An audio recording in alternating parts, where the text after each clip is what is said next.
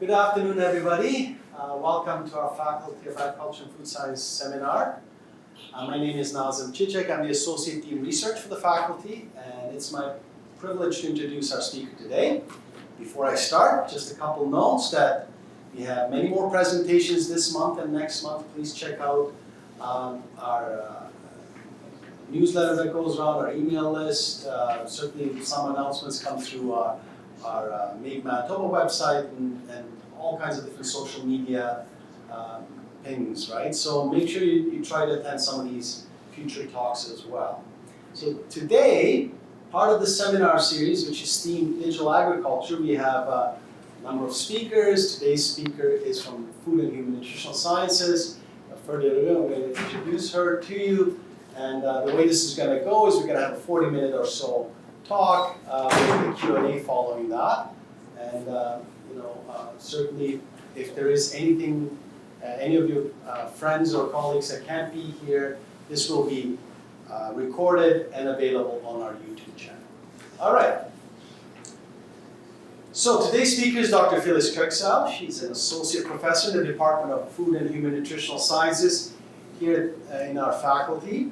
Dr. Koksel holds a bachelor's and master's degrees in food engineering from the Middle East Technical University of Turkey and a PhD in food science from the University of Manitoba, where she focused on using low-intensity ultrasonics and synchrotron radiation to study bread dough properties. After completing her PhD, Dr. Koksel pursued postdoctoral research on sodium reduction in baked goods and wheat quality as impacted by environment, genotype, and management practices. Since joining the University of Manitoba as assistant professor in 2017, her research is centered on sustainable, high-quality plant-based foods, bridging food processing with material science. Her work includes crop-to-food transformation processes such as milling, mixing, baking, and extrusion. Dr. Koksel has secured over $1.9 million in research funding as PI or co-PI and nearly $3 million of funding as co-investigator. She has published over 50 peer-reviewed articles, presented her research at many venues, and trained over 30 highly qualified personnel, which included K-12 students, undergraduate students, and graduate students, as well as postdocs and research associates. So please help me welcome Dr. Koksel.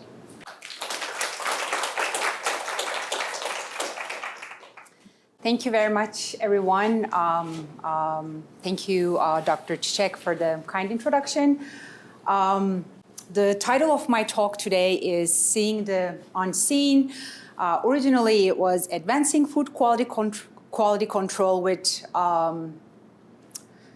Low-Intensity Ultrasound and X-ray Microtomography. I changed it just a little bit to make it a little bit broader. Hopefully, those of you here today or those of you who will be listening to this seminar later in the YouTube channel have the expertise that I'm looking for, and this seminar will help initiate some new collaborations in the non-destructive techniques space that could be applied in the food science context. So when Dr. Chichek asked me about the faculty seminar series on digital agriculture technologies and engagements, I did what a previous speaker on this seminar series did and asked ChatGPT to create an image for the presentation. And after several iterations and an hour spent on trying to put a younger version of myself onto this slide, I thought I'd better spend my time on positioning food science and my research in food science in the context of digital agriculture technologies and engagements. As Dr. Chichek mentioned, I'm from the Department of Food and Human Nutritional Sciences, and I would like to start my presentation with how food science can be positioned in the context of digital agriculture technologies and engagements. And given that digital agriculture is not only about growing food, but also about ensuring its safety, its quality, and overall sustainability of the food systems. I see digital ag in enhancing supply chain transparency, precision agriculture and post-harvest quality control, on-farm production, and bridging that with processing using digital technologies and data-driven decision-making for food quality and safety. And my research in the digital ag world is more related to the last bullet point here, data-driven decision-making for food quality and safety. So what does that mean in the context of food science?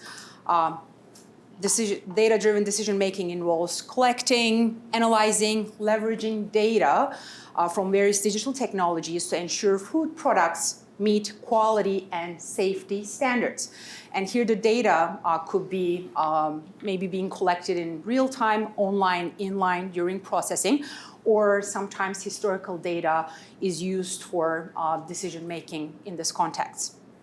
So non-destructive testing tools, including those like low-intensity ultrasonics or X-ray microtomography, be it from a synchrotron source or benchtop, or high-speed thermal imaging and various other techniques like that, they do play a critical role in detecting defects in foods, contaminants, and inconsistencies during food production. So data-driven decision-making for food quality and safety could be in real-time monitoring and predictive analysis, where we can detect foreign materials, say bone fragments, metals in processed foods, or for predicting shelf life degradation by analyzing the structural integrity of different food products. Data-driven decision-making can also be used for digital traceability and blockchain integration, linking imaging data for quality assurance records, finding some applications in farm-to-fork traceability. In the context of regulatory compliance and food safety standards, we can use data-driven decision-making in automating food safety inspections to validate compliance without manual audits. And in the context of automation and quality control efficiency, this data-driven decision-making can be used for ensuring uniformity in foods. And in the context of uniformity of foods, I'm going to talk about some of the techniques that I've used so far, and using these techniques to understand and characterize the internal structure of the food materials and how that could be linked to quality of foods. And all of these different aspects of data-driven decision-making in the context of food science is very important because these tools will help us produce safer foods with better quality, and at the end will help us to get to a more sustainable food system, which is in line with the Sustainable Development Goals of the United Nations. And of course, the food industry is already aware of the benefits of integrating digital technologies and data-driven decision-making in food quality and safety. And I'd like to start with giving some examples from some companies that you're all familiar with. For instance, Nestle, one of the biggest food and beverage companies worldwide, uses data-driven decision-making in their milk safety and quality system, where they use AI-powered milk screening and automated quality control, Internet of Things-based smart supply chain monitoring, and predictive AI for quality optimization in processing. From these bullet points, the last one is a little bit more linked to what I do. So in that context, once the milk is received in the plant, based on the specific milk batch quality, say its fat content, water content, AI models analyze real-time data to adjust heat treatment and filtration processes. And if a batch of milk comes to the plant with maybe higher bacterial counts, based on that bacterial count, pasteurization parameters can be modified so that they can ensure safety of the end product, while also ensuring that the product is not over-processed so that the nutritional quality is not degraded. And also based on historical and real-time data, they make adjustments to ensure optimal product quality and safety. A similar example from the cereal industry is Buehler, one of the largest global leaders in food processing, different food processing technologies. They use data-driven decision-making in their wheat quality and milling process optimization system, and they also use AI-powered wheat sorting for mycotoxins and detection of other contaminants. Again, they use Internet of Things, enables real-time wheat quality monitoring, and AI-powered milling process optimization for flour safety and quality. For real-time wheat quality monitoring, they look at, for instance, moisture content, and that's important because they would like to prevent fungal growth and spoilage of the wheat during storage. They look at protein content. They measure the protein content to ensure wheat meets bakery industry standards. So if a baker is receiving flour from Buehler's milling facility, they would like to receive a batch of flour with the same protein content, same quality on Monday versus Friday. So these kind of things become very important for their sales. In the context of process optimization for flour safety and quality, they optimize airflow and temperature to prevent flour contamination with bacteria like Salmonella. They also have automated systems to control milling pressure, the speed of the rollers in the roller milling process to ensure uniform particle size distribution of the end product, which is flour. And the particle size distribution of the flour have implications for the functionality of that flour. So as you can see from these examples, the food industry already use digital technologies like these and data-driven decision-making in particular in the context of food science. And using this information about, in my examples, materials like milk or wheat, and using data during processing, for instance, bacterial counts of the materials received, the composition like the protein content, the fat content, the industry makes decisions that would affect end product quality, the safety of products, the functionality of the end products.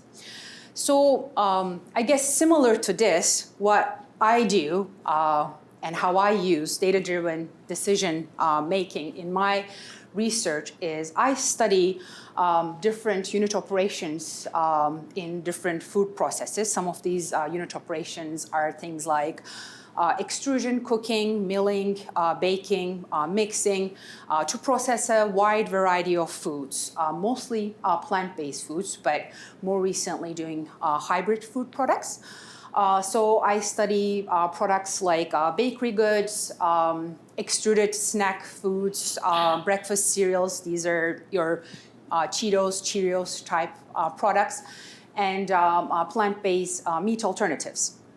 So to study the properties of foods, I use some non-destructive technologies, and some of these are listed on the top of this slide. So, for example, I use low-intensity ultrasound waves, which are mechanical waves, to study the mechanical properties of plant-based meat alternatives. And most of my work on the use of low-intensity ultrasonics is in partnership with the Department of Physics and Astronomy here at the University of Manitoba with the Ultrasonic Research Group. I use electromagnetic waves, more specifically X-rays, either from a benchtop source or a synchrotron source, to study the properties of the microstructure of products like bread dough or extruded food products. I also use high-speed thermal imaging, and this type of research that I do is mostly on understanding the dynamics of changes in the structure of extruded foods once the food leaves the extruder being hot and changing very rapidly.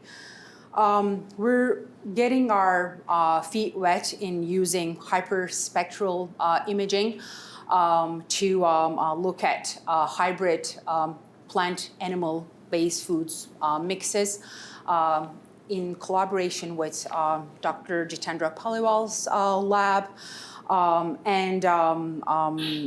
We've had some successful applications. Bakery products, bread dough, noodles, plant-based meat alternatives, puff snacks, ready-to-eat breakfast cereals. But for the time constraints of this seminar, I'll focus on the use of low-intensity ultrasonics and X-ray microtomography. First, from a synchrotron source for studying the properties of bread dough. Later, I'll focus on X-rays from a benchtop X-ray microtomograph source for studying the microstructure of puff snacks. So let's start with bread dough. In most places, when I mentioned that I study bubbles in foods, in this case, bubbles in bread, I get this reaction of why study nothing. But bubbles are critical to bread quality, mouthfeel, texture, perceived freshness, overall appeal of the loaf. And about 85 years ago, it was shown in a study that if bread dough is mixed under ambient conditions versus under reduced pressure, the bread loaves produced had substantially different properties. As you can see on this slide, the structure of the crumb is very different. But why? Because the bubbles incorporated into the dough during the mixing stage are the only nuclei available for carbon dioxide to diffuse into during fermentation process. So if there is no nuclei seeded during mixing, which happens when you mix doughs under reduced pressure, the bread loaf's microstructure is completely altered. So this means that microstructure of the dough at the end of mixing is going to dictate the microstructure of the loaf at the end of baking. And this is critical to the texture of the final bread loaf and its perceived freshness. So this relationship between bubbles in dough and the bread quality underlines the importance of determining the distribution of bubbles and their evolution during the bread making process. So here the idea is that if we can determine how bubbles are distributed in the dough at the end of the mixing, which is one of the first stages of bread manufacturing, can we use that information to make changes right there so that the end product quality is going to be is going to benefit from that decision making at earlier stages of the bread making process. So bubbles in bread dough and how they evolve is very important for high quality and consistent bread production. But then the question is, how are we going to probe those aerated structure? Because probing the internal structure of a rapidly changing opaque material is not easy. But that's where low-intensity ultrasound comes in. Ultrasound waves are mechanical waves. with frequencies higher than the upper audible limit of human hearing. Commonly used in everyday life, so in imaging in medicine, for imaging like internal organs, for instance. Non-destructive testing of structures, maybe detecting cracks in pipes. For locating prey by animals such as bats in nature every day. This technique, when it's applied in food science, is a non-destructive technique. It's fast, it's not expensive, and it's effective in opaque materials. Given that most foods are opaque, it gives us a great advantage. So, ultrasound waves are able to answer to all of these challenges that we have with studying optically opaque materials that are changing rapidly. They're also reliable, so the technique has been used for assessment of food properties in different contexts for over 25 years. It could be easily adapted to a production line to produce real-time information and timely feedback to improve product quality and to lower costs, so due to material losses during production. But more importantly, maybe most importantly, ultrasound waves are very sensitive to the presence of bubbles, which I'd like to study, and I'm going to come back to the sensitivity of ultrasound waves to bubbles in a few slides. But first, I'd like to tell you a little bit more about how this technique is used. So we have two ultrasonic transducers if we're performing experiments in the transmission mode. One of the transducers is emitting ultrasound waves. In between the transducers, we have the material to be tested. In this example, it's a piece of bread dough. And on the other end of the dough, another ultrasonic transducer receives the signal that's been transmitted through the dough. The sound properties change once they are transmitted through that dough piece because of the properties of dough. So depending on the material properties, you'll get a different signal for each different type of material that you test. So these signals are then sent to a computer, then you analyze the signal, compare it with a reference signal to mainly get to two things, ultrasonic velocity and attenuation coefficient. Ultrasonic velocity is easier, I guess, because it's we can relate to it more easily. It's how fast the sound waves travel in a material, in this case, bread dough. In viscoelastic materials like bread dough, the velocity of sound is a function of the density of the material, also a combination of its mechanical properties, shear and bulk moduli. The attenuation coefficient measures how much of that ultrasonic energy is lost as it travels through a material. And it is a function of that structure, microstructure of a material and the structural inhomogeneity. For instance, things like fiber in foods or bubbles in food, I'm coming back to bubbles every time, is going to play a big role in that sensitivity of ultrasonic properties that we measure. And depending on the frequency of choice, the acoustic signature of a material can be divided into three different regimes. For the context of bread dough, we can have a low frequency regime, a high frequency regime, and the intermediate. For the low frequency regime, we're able to probe composite properties of bubbles and the matrix. For high frequencies, we can probe the matrix properties, so the bubble-free properties. So these properties are the properties of the matrix that are altered by process conditions. For example, you mix a dough for shorter time or longer time. You can probe what's happening to gluten structure. Or you can study things like different ingredients. For instance, you add a little bit more sugar, a little bit more salt. So how that affects the matrix can be probed at higher frequency regime. And in the intermediate frequency regime, we see the dramatic influence of bubbles in the acoustic signature of bread dough. So what does that mean? In those intermediate frequencies, bubbles resonate.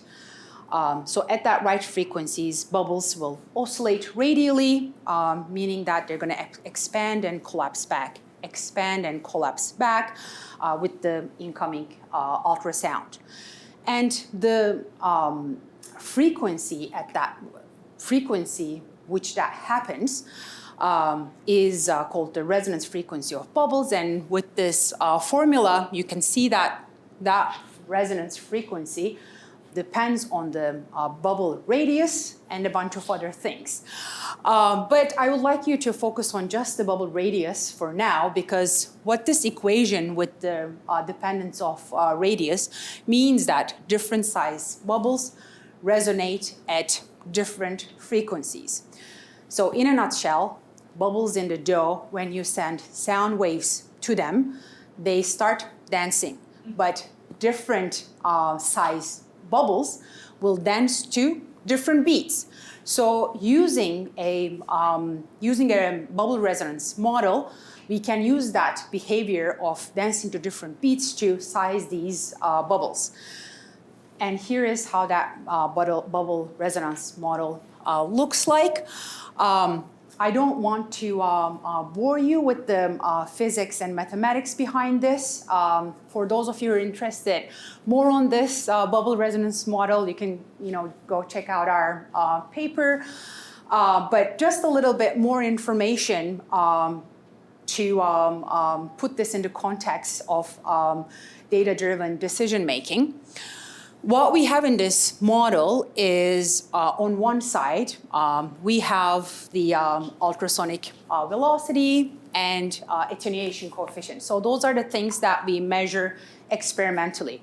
On the other side of that equation, we have the bubble-free matrix wave vector. It's the same thing, but this time it's for a matrix that has no bubbles. So imagine bread dough with no bubbles in it. And then we have the bubble size distribution. So that is what we really want, because the hypothesis here is that if we can probe those, well, if we can extract that information, we can then use this information to predict quality, because of how bubbles affect the quality, bubbles in dough affect the quality of the loaf after baking. And finally, at the far end, we have a bubble scattering function, which is a function of a damping constant and resonance frequency, and those depend on the mechanical properties of the matrix. Here I would like to emphasize that this model takes into account both the properties of the matrix, which is bubble-free, and the properties of the bubbles.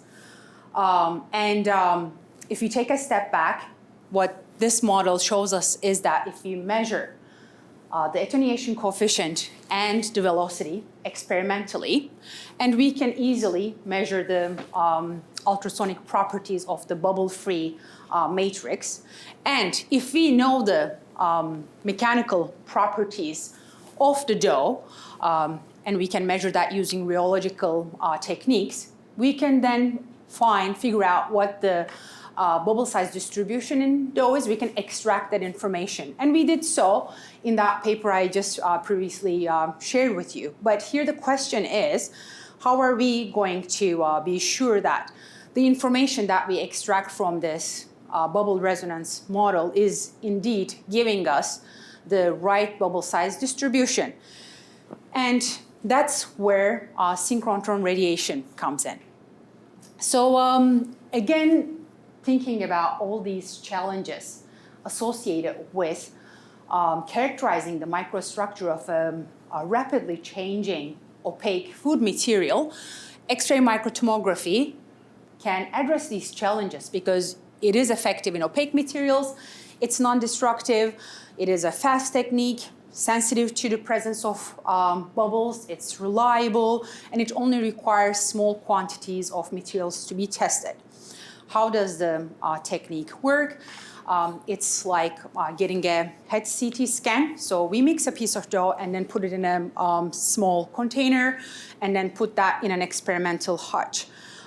So imagine I'm getting a head CT scan, but instead of my brain, think about there's a dough, and then we rotate the dough piece 180 degrees, and at each angle we're collecting projection images.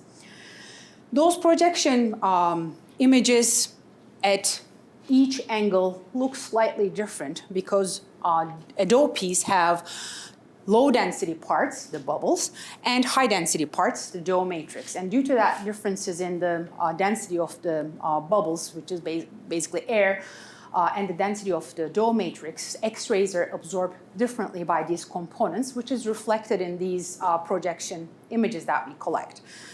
And after several steps of image analysis and reconstruction, we obtain cross-sectional images, like 2D slices of the material that we're testing. And when we put these 2D slices on top of each other, we'll get a 3D matrix. On this slide, you can see a two-dimensional cross-sectional image of a dough piece. Here, the black is the air filling the bubbles. Inside the bubbles, we have air, and also surrounding the container that we place the dough in is air, so that's also black. The dough matrix is in light gray, and it was placed in a cylindrical container whose cross-section is a circle. So that is here, this is the container. So in a container, it's almost like if this was my container, I'm cutting a slice here, and then I'm looking from the top. But without really having to cut the dough piece, making the technique non-destructive. So when I have a stack of these 2D images, I can create a 3D image of the material that I'm studying, and that would look something like this. We've found in a previous study that we've published some years ago that the size distribution of bubbles in lean formula bread doughs was very well described by a log normal distribution function with a small micron scale mean bubble size of 22 microns.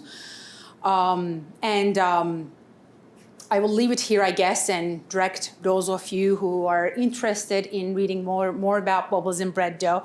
But what I'd like to say that with this study, we validated that ultrasonic bubble resonance model using X-rays from a synchrotron source. We only have one synchrotron source in Canada. It's not something we have access to every day.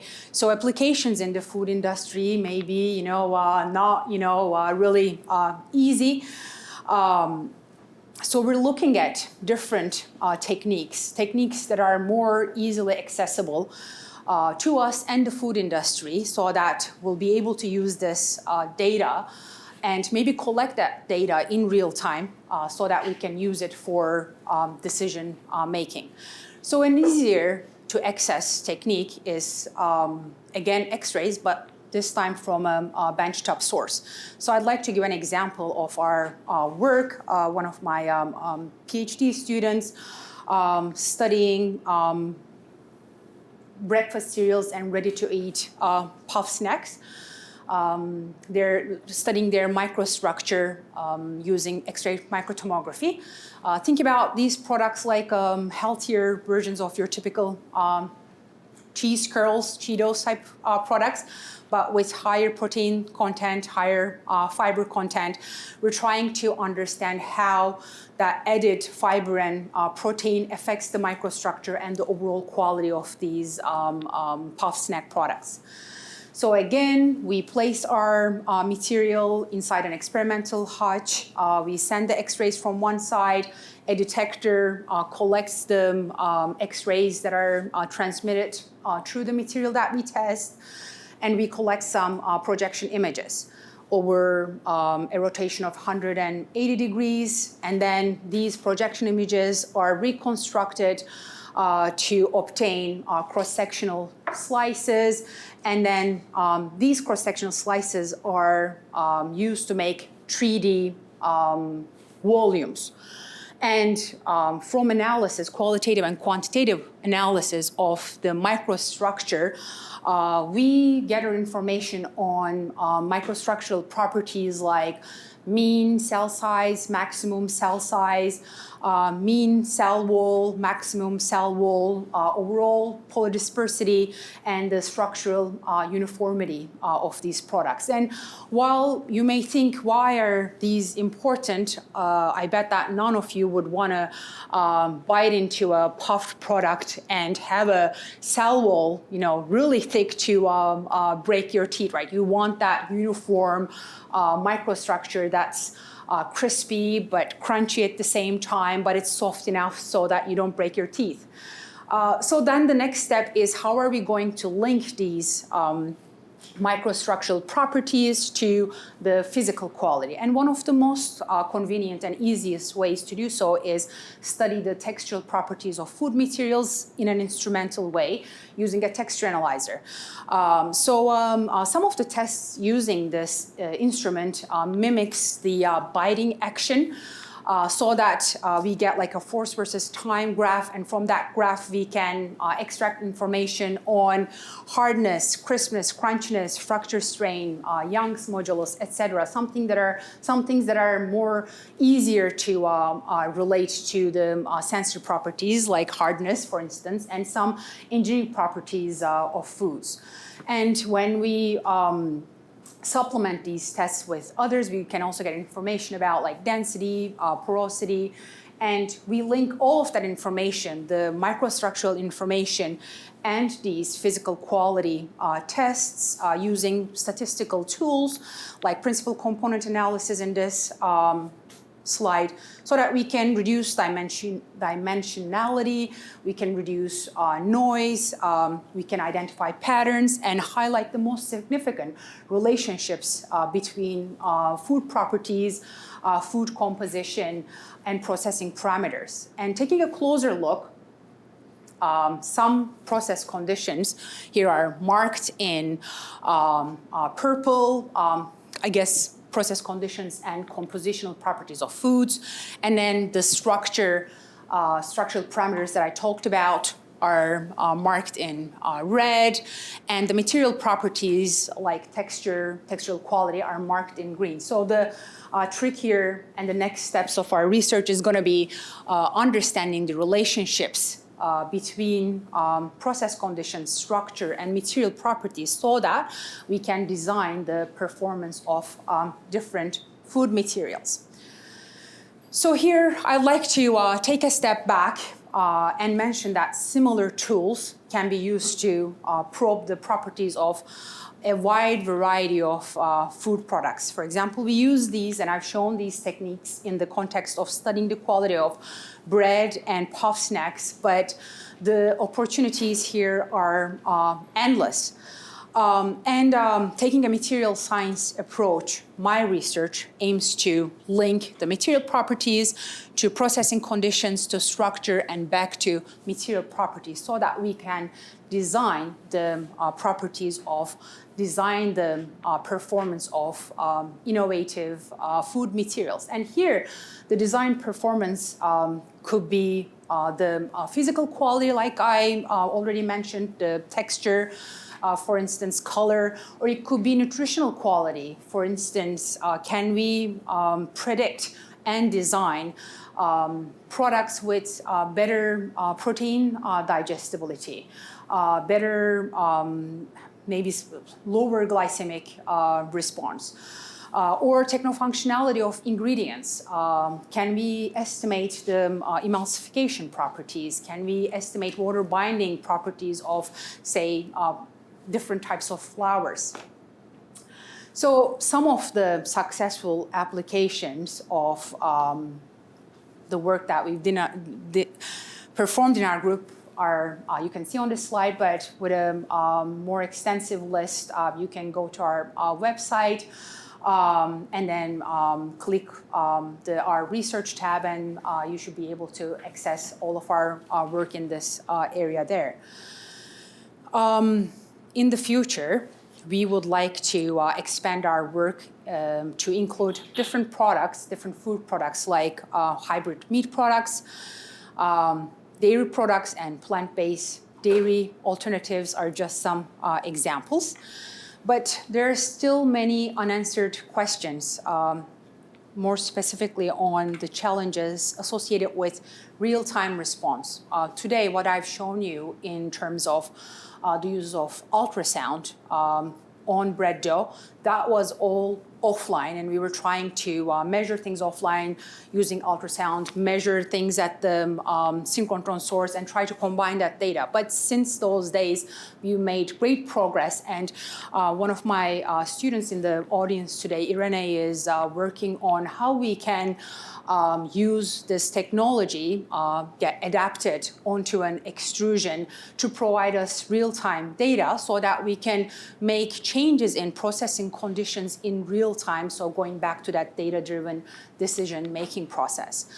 Of course, there are also challenges associated with affordability. As I mentioned, we don't have a synchrotron source in our backyards, and even access to benchtop X-ray microtomography is challenging. And I'm lucky to have collaborators that allows me to access these types of instruments. But I see the future with techniques that will be more easily adaptable to a food processing facility, because, for instance, things like hyperspectral imaging maybe, because not everyone feels very comfortable around an X-ray source, radiation, having that in a food processing plant is not an easy decision to make, and besides, it's going to be very expensive. So there are still lots of challenges, and luckily, I'm at the beginning of my career, so I have years to figure these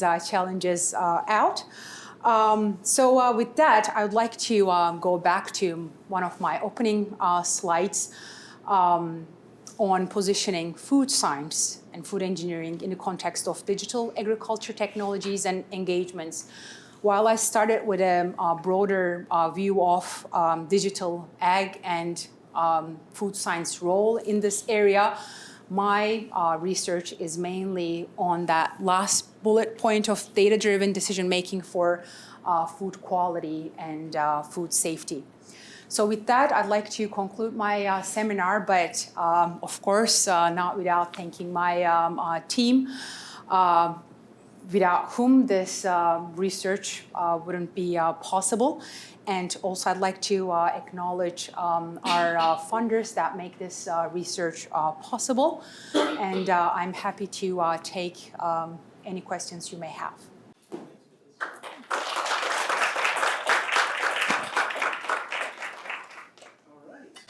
Right on time, we have a few minutes for questions. Anyone that wants to break the ice here? Kimi. Yes, thanks, Filiz. Very, very interesting presentation. I have two quick questions. One is, it's quite interesting to see that air bubbles can actually affect, taste or the quality of the food. But then, is it the size or is it the distribution that is more important in terms of how we enjoy, say, the slice of bread, And the second is, do we know in terms of, I think you mentioned it partially, in terms of how the structure of certain, raw material component like protein or starch contributes to this, type of, bubble distribution or size. In that way, can we predict if I, measure with flour, for example, a certain variety, can I predict using the information from the quality of that flour and say, oh, this is the type of bread we're going to get in terms of bubble distribution? Mm-hmm. Very good questions. To address the first one, it is both the presence or absence of the bubbles and their distribution that have an effect on the quality of the end product. Again, going back to this bread example, to explain how the distribution of bubbles could affect the satisfaction you get from a slice of bread. Imagine you have a slice of bread and in the morning, or maybe for lunch you're making peanut butter and jam sandwich. In one of them you have uniformly distributed air cells of small sizes, volume 1 cubic centimeters. In the other one, you just have a slice, and in that slice, in the hole, it's the same volume of bubble, but just one. So like imagine trying to, put peanut butter on that, right? So definitely the quality in the second case scenario is ruined because the distribution of bubbles there was not, satisfactory to, what we're used to seeing in bread dough. But this, I guess, satisfaction is also a function of where you are in the world, because bread in North America will be very different compared to bread in, say, France, right? So what you expect from a slice of bread and the bubbles in bread is going to be, their distribution is going to be very different. But in all of these scenarios, the distribution of bubbles are going to affect things like hardness or, one of the things that some of us will admit that we do is to poke a loaf of bread at the grocery store to see if it's, soft enough. And depending on how those bubbles are distributed, the bread loaf is going to bounce back or not, and that tells us a lot. And that is something that's affected by the size distribution of bubbles. So they definitely affect things like perceived freshness, textural quality in general, both their presence and their distribution. And secondly, in response to your question about how different food components come into play, I think a great example would be, I don't know if you're a baker, Rotimi, but if you bake, not much. If you bake a loaf of bread using, like Canada's, flagship CWRS, wheat, you get like a nice loaf with, nice crumb structure.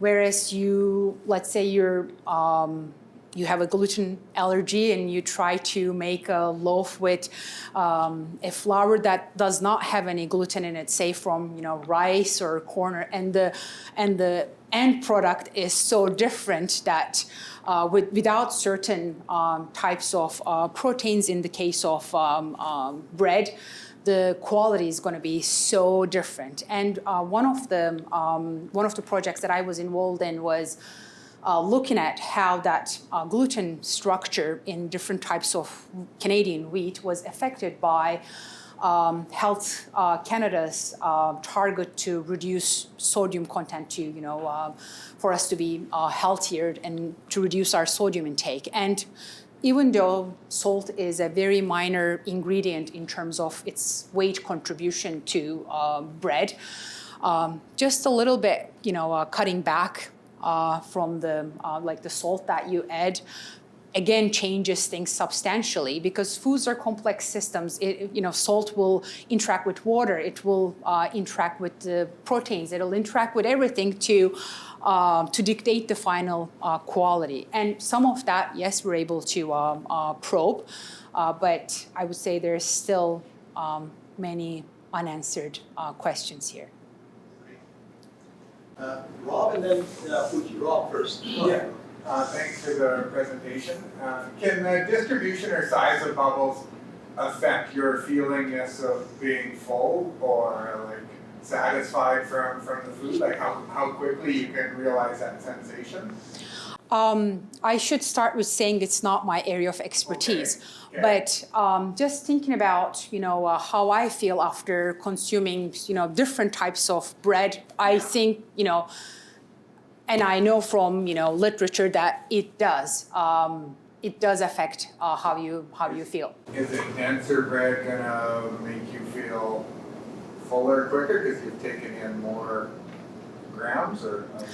I mean, I think satiety is not only dictated by the the grams of food that you, the weight of food that you eat. I think the level of protein in a food will affect how full you feel a lot. But I think just from a grams to grams comparison, a denser bread would obviously will weigh more because its density is higher, right? And then you're consuming more. So I would expect everything else kept constant, that would keep you fuller for longer. Okay. I asked because I have a snacking problem, and I didn't We know all like, do. in the puffs that you talk about whether like modifications in the amount of air in there, whether I can get some sensation of feeling fuller. That's how I got into studying puff snacks, because of my snacking problem.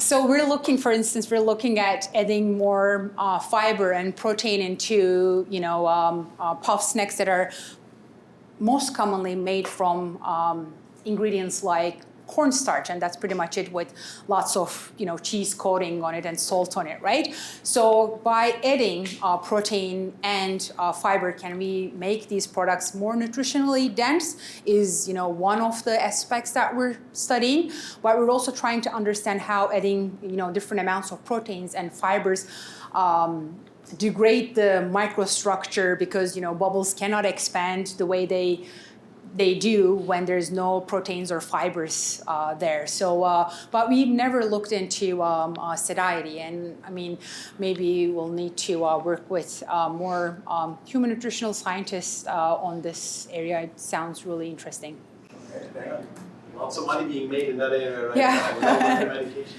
Fuji, go ahead. Yes, so this interesting topic, actually you compare ultrasound response and also the active image. For the active image, you should see the size and the shape, right? It's 3-dimension Yeah, 3-dimension. image. But for ultrasound, you only can see the total volume. So I'm thinking, because of the bubble has different shape and the ultrasound might be different response. I would really realize that's food response is different or not.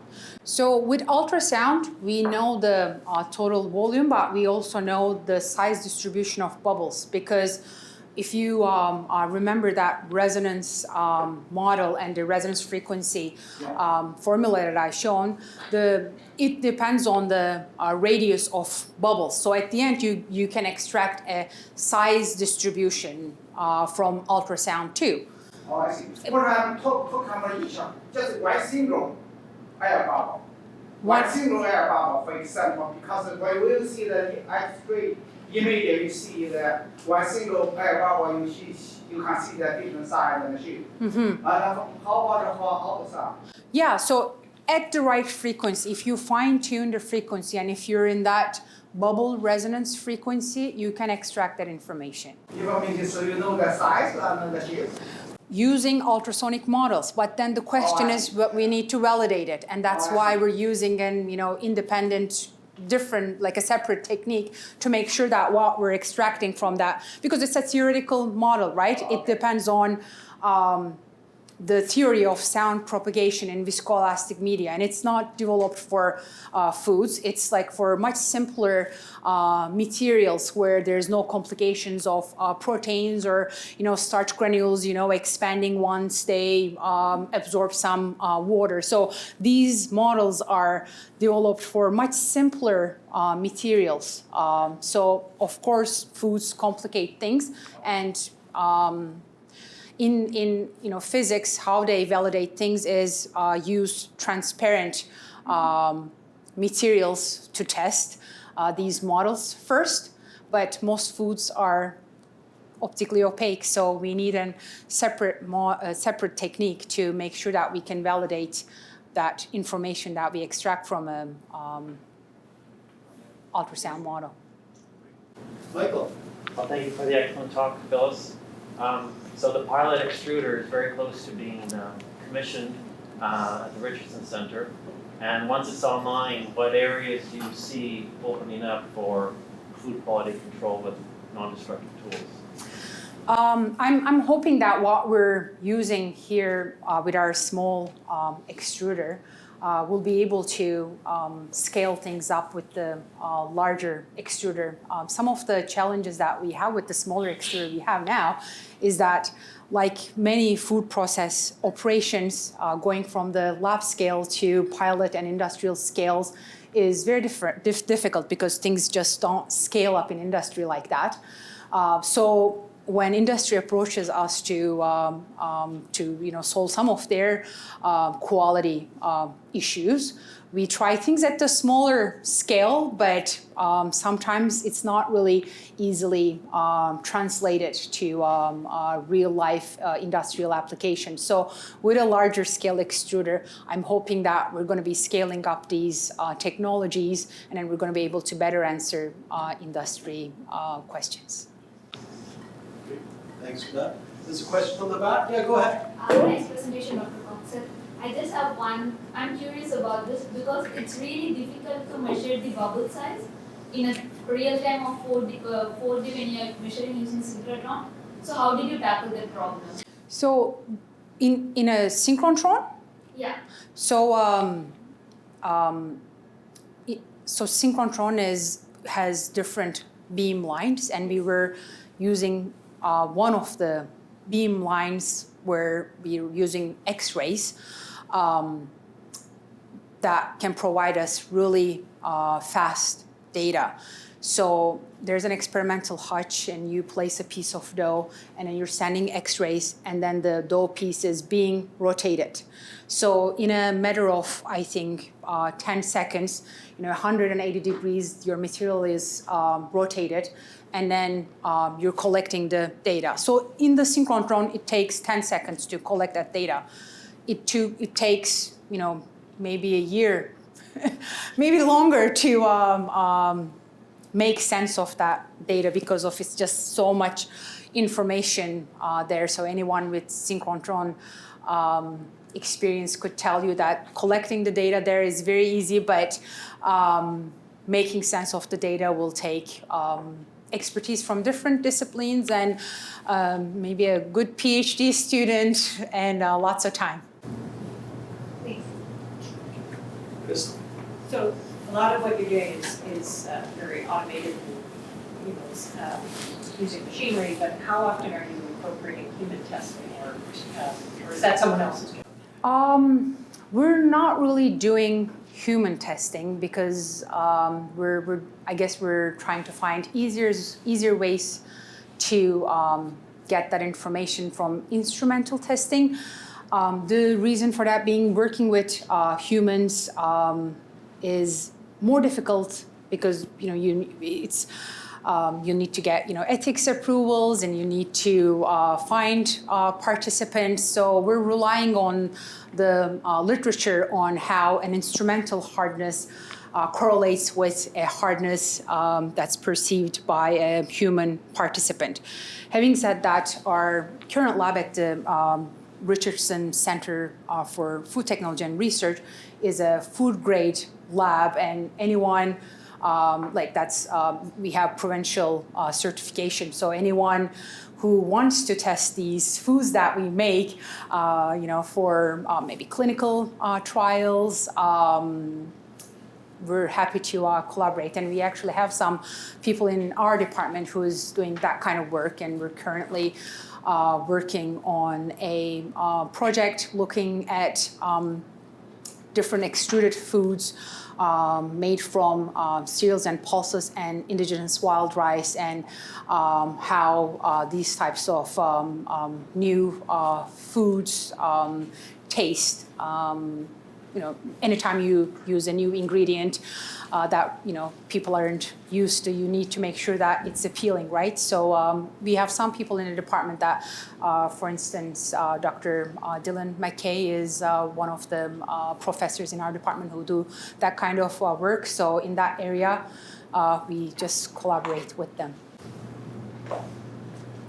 Yes, maybe last one here. Go ahead. I love your presentation. I just had a question to that. Usually this is what we study, right? Like from where the grain comes, the entire journey of it from the farm all the way to the industry affects its intrinsic qualities. and these qualities eventually show up in their properties, such as emulsification or a dough making properties, something like that. Have you studied that relationship and even further, like how that affects human digestibility of these products? Like, we've usually heard articles saying that excessive protein can also lead to bloating in certain people with different metabolisms. Excess carbs react a certain way. So human digestibility also is affected a lot with addition of protein or fiber or apart from molecule. Is there any testing that you have done in your lab for that, or are you hoping?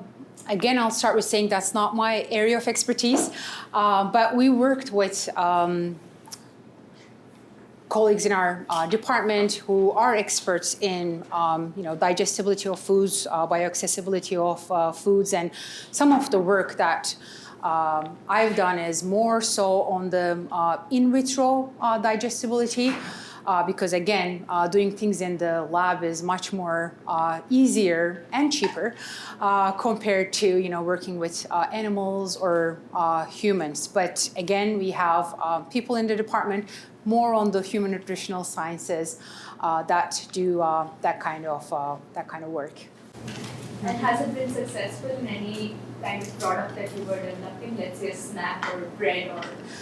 So, for example, going back to this high protein, high fiber snacks, one of the things that we studied was whether the glycemic index of these puff snacks is different than your typical high starch containing snacks. And yes, with higher levels of protein and higher levels of fiber, you're able to reduce the glycemic index of foods significantly. Yeah. Yeah. I think we're going to cut it off at this point, but certainly welcome to chat with Dr. Koksel afterwards. So thanks again. Dr. Koksel, please. Thank you. Thank you very much. Yeah. Have a good evening, everybody. Thanks for this. Thank you. Excellent job.